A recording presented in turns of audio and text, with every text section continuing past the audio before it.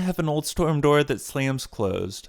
It is worth checking though before you buy a replacement that you can adjust the closing speed. Turning the end clockwise makes for a slower close and counterclockwise for a faster close. Mine doesn't work at all, so I'm going to go through the process of replacing it. I ended up with a touch and hold smooth dual door closing system for medium and heavy storm doors.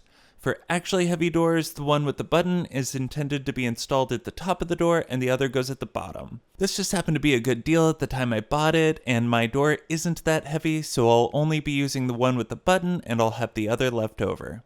Here I'm just replacing a bad one, so the mounts are already in place. But step 1 is to remove the old storm door. This part will differ a little bit based on what you have currently, but here I'm just unscrewing the parts that attach the slow closer to the door, and then I just remove the pin that attaches it to the mount on the wall.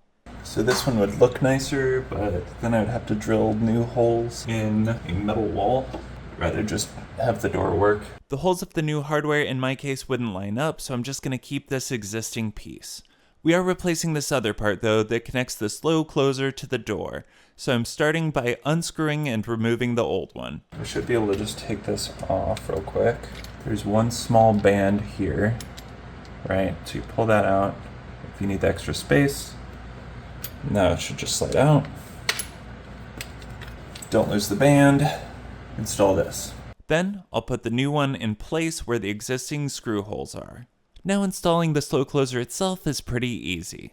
Let's start by connecting this to the door. There's a small connecting pin that attaches the closer to the door. We just slide the connecting pin through the hole of our closer and then put the band on.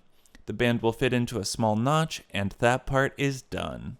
To connect it to the door, make sure the metal slider is oriented such that the holes face up and down. I found it easiest to extend it a bit and lock it in place with the button. Then I close the door just enough that it lines up perfectly and just slide the metal piece into place. That's it. Now it's installed. To unlock the button, you just push the door open a bit and let it close. Now to adjust the closing speed a bit. Clockwise for a slower close and counterclockwise for a faster close. Once it's set how you like, your slow closer replacement is installed. I hope that helped and have a good one.